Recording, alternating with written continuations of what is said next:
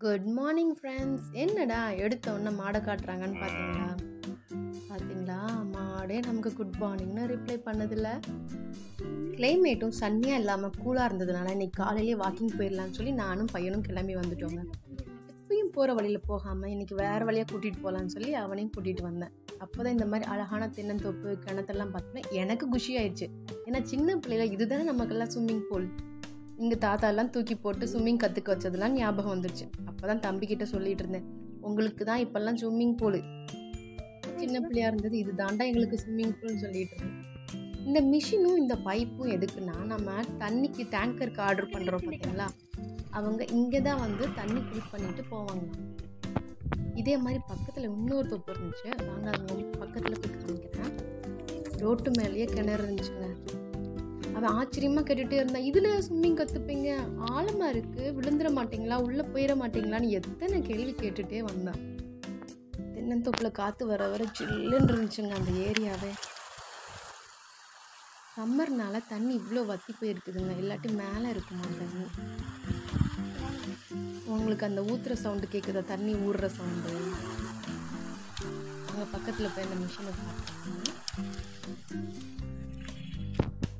இது இருக்குது பார்த்தீங்களா, இங்கே இதுதான் ஸ்விட்ச் ஆன் ஆஃப் பட்டன். அவங்களுக்கு எவ்வளோ தண்ணி வேணுமோ அவங்க இங்கே ஓனர்கிட்ட கேட்டுட்டு தண்ணி பிடிச்சிட்டு போயிடுவாங்களாமா.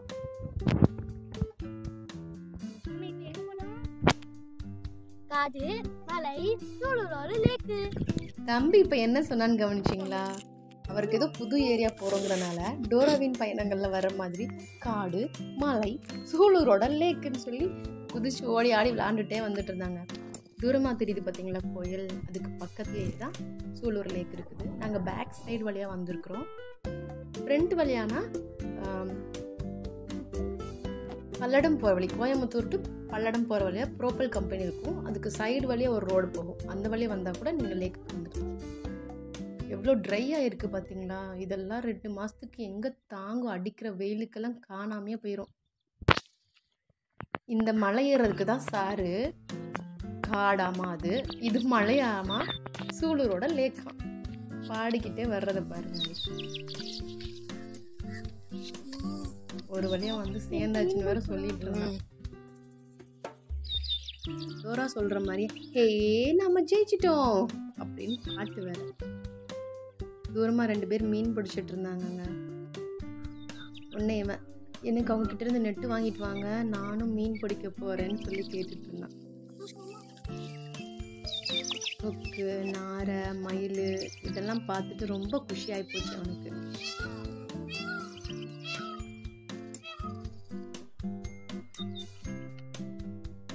அப்பப்போ இந்த மாதிரி ஏதாவது ஒரு இடத்துக்கு கூட்டு போனாதாங்க இவங்களெல்லாம் சமாதானப்படுத்த முடியுது. இல்லாட்டி வீட்டோட உட்காந்து ஃபோனு டிவியை மட்டுமே பார்த்துட்டு இருக்காங்க.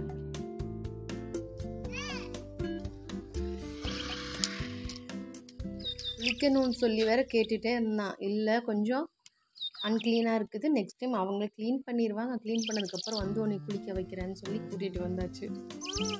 இந்த குட்டி குட்டி ஃபிஷ் எல்லாம் காமிச்சேன், குட்டி குட்டி ஃபிஷ்ஷு. அப்புறம் கையில் 2-3 கல் கொடுத்துட்டு, இங்கேருந்து எவ்வளோ தூரம் தூக்கி போடு பார்க்கலாம் அப்படின்னு சொல்லி சமாதானப்படுத்தி வீட்டுக்கு கூட்டிகிட்டு வந்துட்டேங்க. இதோட இந்த விளாக் முடிஞ்சது.